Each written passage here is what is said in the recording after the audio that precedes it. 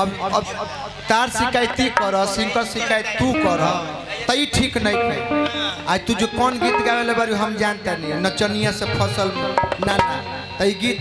कौन काम है सब गीत गावला के तरह के मोटे में एगो बात हम समझा देते। हेलो हेलो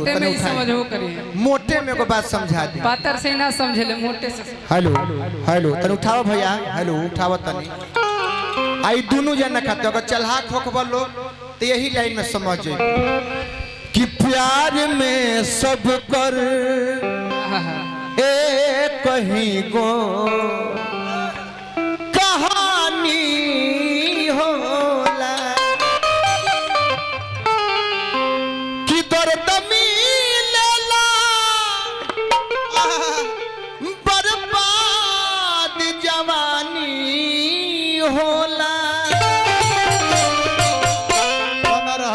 कि प्यार में सब कर एक कहीं गो कहानी होला। आ रोज तालो के मन पर हम रही लेना आज बानी तो हमारे एक गो सपना बा जान तरु कौन सपना कि साल भर चाहे 2 साल के बाद तो ये कह कि हम ला जाई काहे अरे खाई अपन भतरा के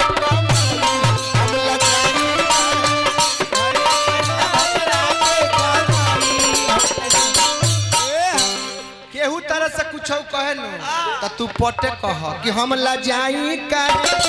अरे खाई शिव कुमार ना ना बहुत धन्यवाद। अब हम कुछ ना कह चाहता नहीं ना कह सर जी बानी तो रहू एक आध गो गाना सर जी को सुना दी खड़ा बानी तो काहे कि तारे सुने खातिर सर जी इतना देर से आइल बड़े हां तो सुना दी हमरा तो जाए के बता ना ना बोलो डंडा लगा तो अब बोलो अब ना बोलो सब जब हेलो हेलो तो तू बोली दो डंडा लगा रहा तो खुली कि खाई अपना मर्दा के कमाई लजही का तारा भगवान कर उसकी मरद के कमाई खा के जरूरत ना पड़े उतना अपने बाड़ू नीचे से वकील कुछ कह क्या करे के बना कमाई तो इनकर फिक्स तोड़ देवे के फिक्स कइले बड़े पैसा। चलो बोलो एगो एगो हमरा गम के तू गीत सुना दा आज एगो खाली हम गाँव में कबो परवे ना कहीं गाँव एगो आज हमरा खर्ती सुना दा आज हमने के जनता बनी रहुआ गायक बनी आज रहुआ सुनाई कुछ गम के गीत एकरा बाद भैया हमरा गम के गीत सुनाई हो और गाना तू सुन के जई हो कि जाने जकरा के कहला जाने ओकर जात कैसे दे ठीक है बा हां गम के सुनबो गावो हमरा अरे गावो ना गम के गीत दिल टूटते तब नु गईती एगो गाना ही हमेशा गावेले अक्षरा दीदी के लिख के देले बड़े अरे गाओ ये दादा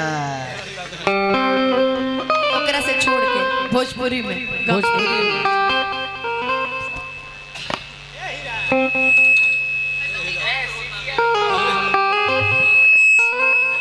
हेलो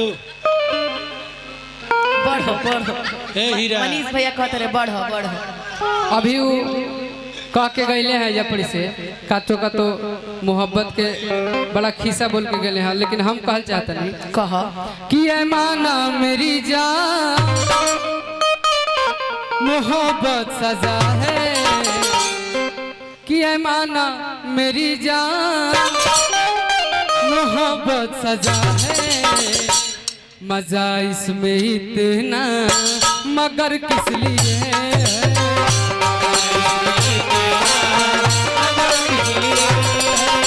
मेरी जान मोहब्बत सजा है माना मेरी जान मोहब्बत सजा है मजा इसमें इतना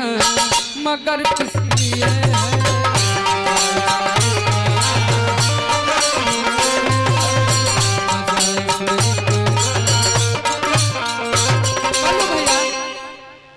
वो एक बेकरारी जो अब तक इधर थी वो एक बेकरारी जो अब तक इधर थी वही बेकरारी उधर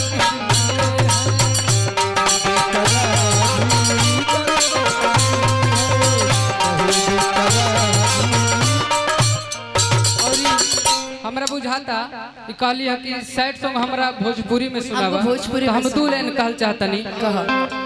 जेकरा से हम प्यार कैनी उनके पर तहरा पर ना कि हमके ना देखू तो तोहर होखे ना बिहार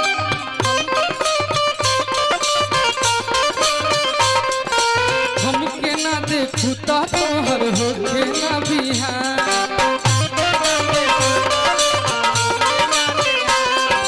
अब कैसे सूरतिया हमर भइल अनजान अब कैसे सूरतिया हमर भइल अनजान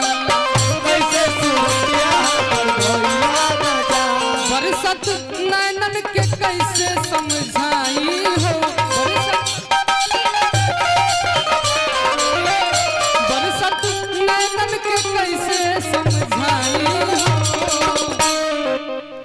कई के पराई गयू चिराई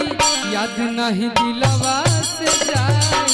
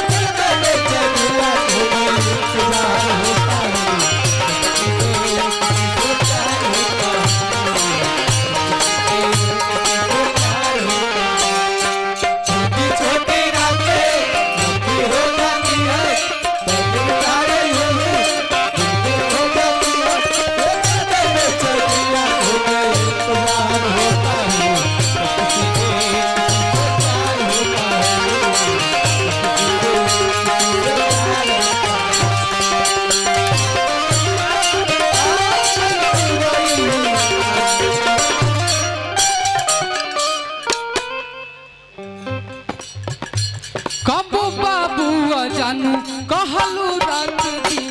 काट लेखा चुभे दिलवा में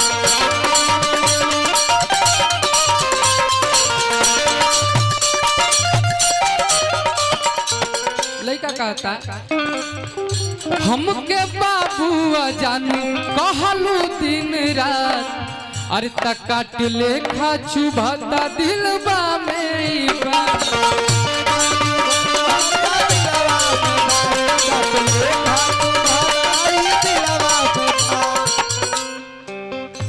बिन अर की तोहरा न सुगना जी पाई हो अर के बिन तोहरा न सुगना जी पाई हो कई के पढ़ाई गयू चिरई याद नहीं दिलवा से जाई